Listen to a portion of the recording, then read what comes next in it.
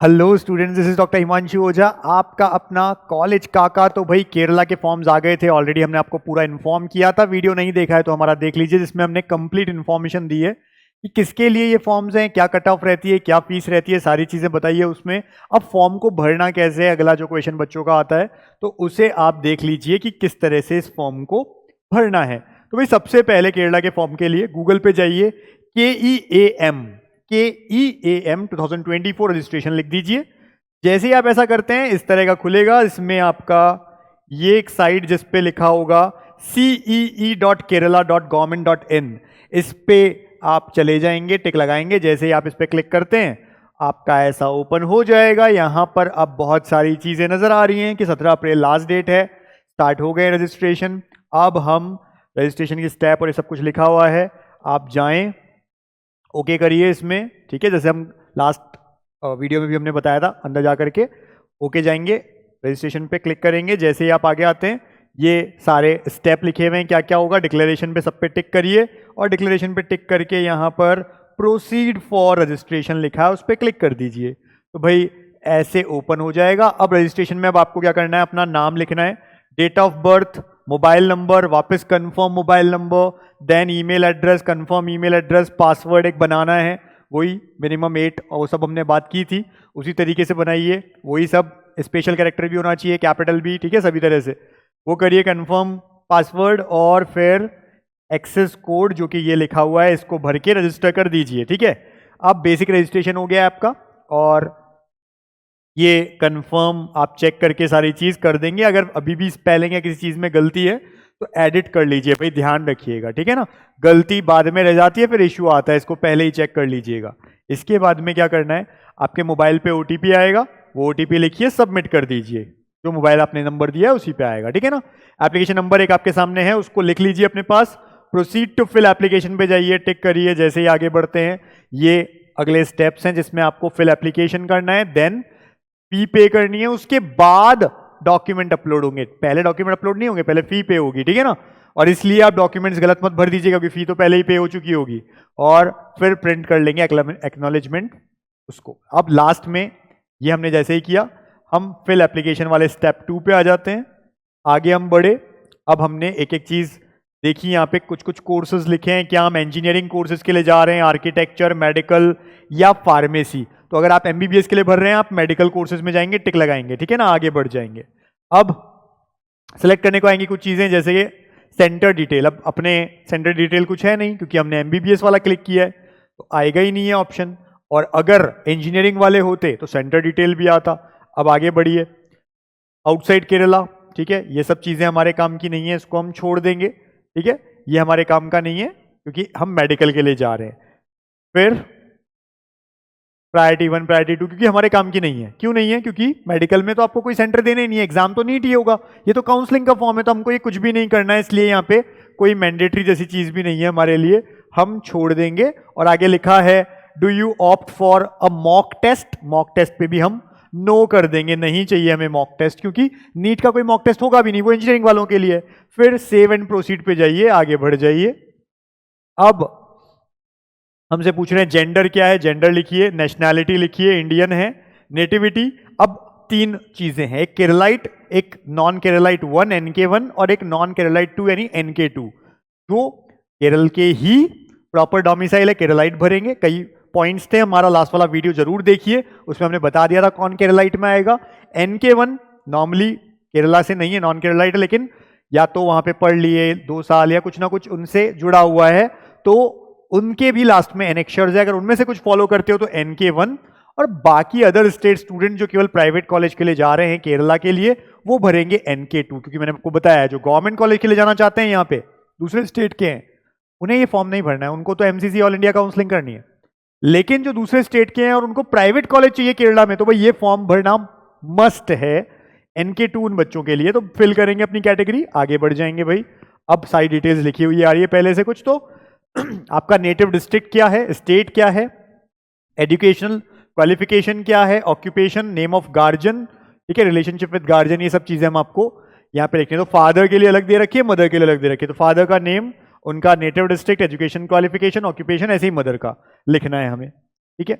लिख करके अगर नहीं है किसी के कोई और गार्जियन के साथ रहते हैं तो नेम ऑफ गार्जियन लिख दीजिएगा और उनसे आपका रिलेशन क्या है ये लिख दीजिएगा। तो हम ये सारी चीजें पॉइंट फिल कर देते हैं। जहां पे क्वालिफिकेशन में इलिटरेट है कि पढ़े लिखे नहीं है, बिलो क्लास 10th है आपके फादर मदर जो भी क्लास 10th किया हुआ है, प्री डिग्री किया है या +2 किया है या डिप्लोमा किया है, अंडर ग्रेजुएशन यानी यूजी कोर्स किया है, डिग्री किया है, पोस्ट ग्रेजुएशन किया है या अदर्स, तो जो भी है आप उस अकॉर्डिंग टिक कर देंगे। फिर ये सब भर के ऑक्यूपेशन में, ऑक्यूपेशन क्या है, एग्रीकल्चर है, बिजनेस है, डॉक्टर है, इंजीनियर है, इंडस्ट्रियलिस्ट है, टीचिंग प्रोफेशन है, गवर्नमेंट या पब्लिक सेक्टर से हैं, कैजुअल लेबर या डेली वेजेस पे काम करते हैं, ओवरसीज एम्प्लॉय हैं, नॉट एम्प्लॉयड, एम्प्लॉयड नहीं है कहीं पर, या अदर्स, जो भी आपको पॉइंट लगाना है। ऐसे ही मदर के लिए सारे पॉइंट्स मिलेंगे, आप फिल कर देंगे, आगे बढ़ जाएंगे। ठीक है, अब हमसे पूछ रहे हैं एड्रेस, तो आपको एक ऑल्टरनेटिव नंबर मांगेंगे। एड्रेस में permanent address, house number, street number, post office, pin code, state, district, ये सब लिखना है। और कम्युनिकेशन एड्रेस कैसा है, अगर सेम है तो सेम पे चले जाइए, वरना जो प्रेजेंट और परमानेंट अगर अलग अलग है तो आप वो लिखिए। तो ये सब चीजें हम भरेंगे, भर के हमने कर दिया कि same as permanent address, same हो गया। अलग अलग है तो आप कम्युनिकेशन का, यानी प्रेजेंट क्या है वो कम्युनिकेशन है, परमानेंट जहां आप के रहने वाले हो तो भर सकते हैं, दोनों भी सेम भी रख सकते हैं। अब आगे बढ़ जाते हैं हम इन सब चीजों को करके। अब हमसे पूछा जा रहा है कि भाई देखो कुछ चीजें इंपॉर्टेंट फिल करना है, प्रॉपर गलती नहीं करनी है, इसलिए सबसे पहले यहाँ पे क्वालिफाइंग एग्जामिनेशन आ रहा है। अब देखो क्वालिफाइंग एग्जामिनेशन का मतलब है यहाँ पे 12th क्लास जिसको हम 10+2 भी कह देते हैं, 12th क्लास, वो है क्वालिफाइंग एग्जामिनेशन, यानी उसकी सारी बातें चल रही है। अब देखते चलिए, वेदर पास्ड और अपियरिंग, तो जो बच्चा 12th में है वो अपियरिंग कहेगा, और जिसने 12th क्लास कंप्लीट कर ली है, ड्रॉपर है, ये सब क्या कहेंगे, पास्ट कहेंगे। ठीक है ना, 12th क्लास की बात चल रही है। बोर्ड ऑफ स्टडी इन +2, यानी 12th क्लास में आप कौन से बोर्ड में थे, यहाँ पे बहुत सारे बोर्ड हैं, सीबीएसई भी है, आप उसे टिक कर देंगे।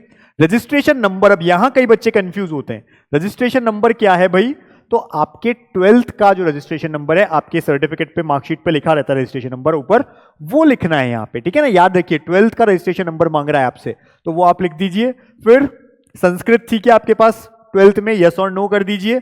आपने केईएम के लिए प्रीवियस ईयर में पहले कभी अप्लाई किया है, केरला के लिए किया है तो यस, वरना नो। ठीक है ना, ऐसा लिखना। तो ये सब चीजें आपको करनी है।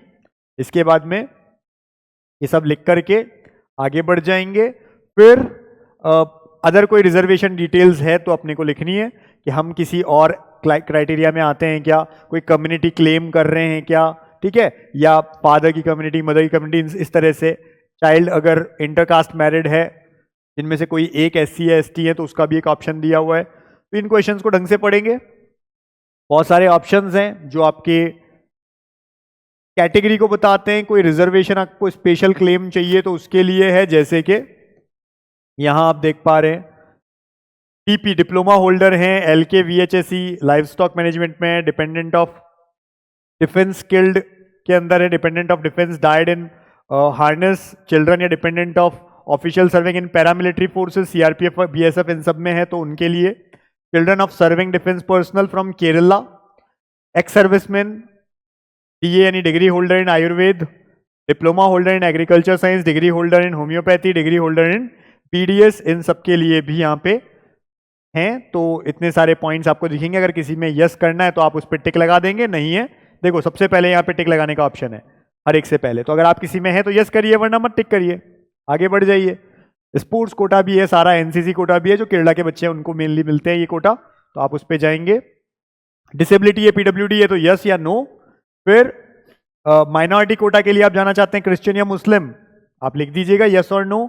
NRI कोटा के लिए जाना चाहते हैं, यस और नो। ठीक है, NRI क्लेम करते हैं आप, या कोई स्पॉन्सर वगैरह, तो वो आप यहाँ पे लिख देंगे, आगे बढ़ जाएंगे। सारी चीज करने के बाद सेव एंड प्रोसीड पे, कुछ गलती की है तो प्रीवियस पे चले जाएं, वरना सेव एंड प्रोसीड पे चल जाएंगे। सो सेव एंड प्रोसीड हो गया।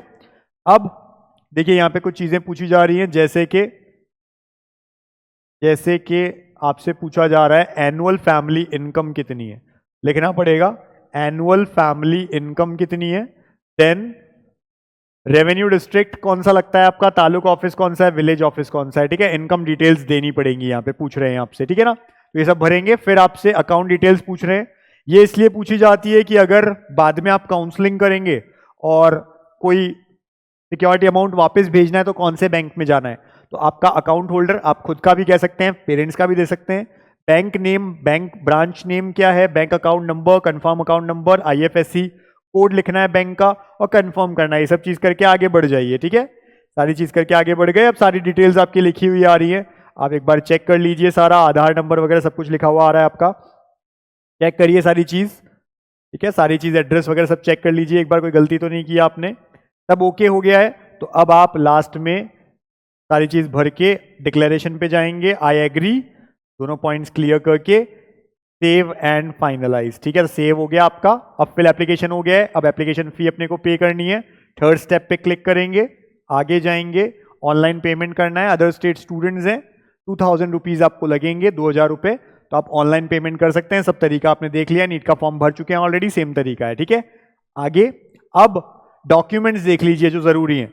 आपको यहाँ पे लिखा हुआ है ये 3 डॉक्यूमेंट कंपलसरी हैं, 3 डॉक्यूमेंट सबको भरने हैं, और उसके बाद डॉक्यूमेंट नंबर 4 to 16 मैंडेटरी नहीं है, डिपेंड करता है आप उस कैटेगरी में आते हैं क्या। जैसे बहुत सारे रिजर्वेशंस थे, उनमें से किसी को क्लेम कर रहे हैं तो आप भरेंगे, एनआरआई है तो करेंगे। अदरवाइज 3 हैं जो सबको करने हैं, जो कंपलसरी हैं।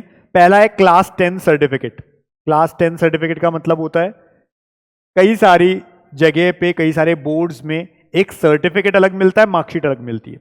कई जगह पे 10th में मार्कशीट और सर्टिफिकेट एक ही होता है, उस पर लिखा रहता है मार्कशीट कम सर्टिफिकेट।